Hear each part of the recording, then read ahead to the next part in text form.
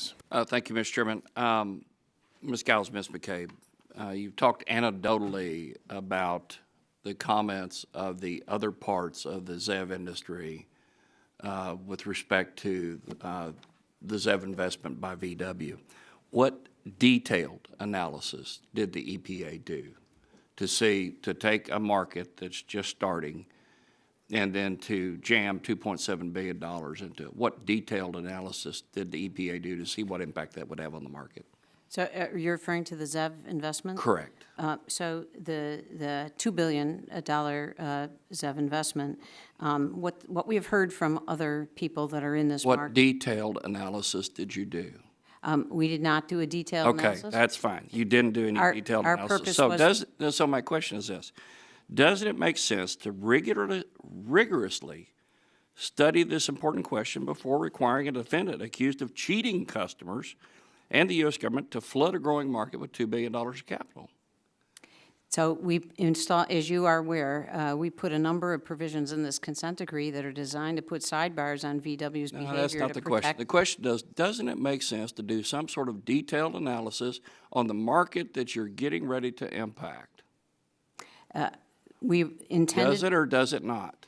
We think that it makes sense to have VW, who is a player in this market, to make investment decisions consistently. So the cheating company gets to make all the investment decisions, and the EPA says, oh, well, we got some anecdotal evidence. We didn't do any detailed study. We're going to just impose this on the market and just hope it turns out okay. Hope that VW does it a good way.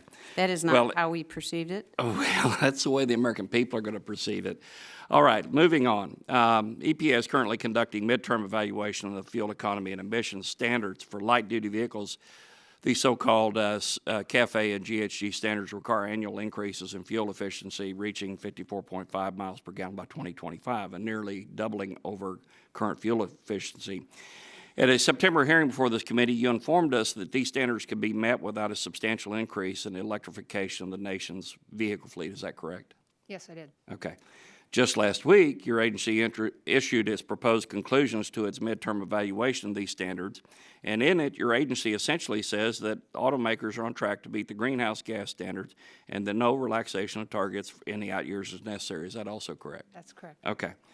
So, if the EPA believes that greenhouse gas standards for vehicles can be met without more electric vehicles, then what is the purpose of the electric vehicle provisions in the VW settlement? Well, the greenhouse gas standards and the fuel economy standards set in 2012 projected out until 2025, reasonably affordable, and technically. Yeah, we all got that. Okay. That doesn't mean that that's all and everything that the transportation sector or that the automotive industry intends to do. And there's a great desire, both in the automotive industry and in places like California and other places around the country, for increasing technology innovations in the electric vehicle space and other zero-emitting vehicles. And so it's entirely appropriate for those activities and those technologies to continue to develop, even if they may well go beyond the reductions achieved by the 2012 rule. And so the EPA stated in that same September hearing that automakers are meeting standards and will continue to meet them thanks to efficiency improvements in conventional internal combustion engine vehicles, and they expect these improvements to continue. Yet the VW settlement clearly forces VW in the direction of investments in electrification. So is there a risk that the agency is simultaneously pushing automakers in two directions at once, and that splitting company resources between the internal combustion engine efficiency improvements and electrification investments may not be the best long-term strategy? I don't see that this puts the automakers in a difficult position at all. They're moving forward with advanced gasoline engines. They're moving forward with investments in electric vehicles, and the market wants both of those. Okay. Thank you, Mr. Chairman. I yield back.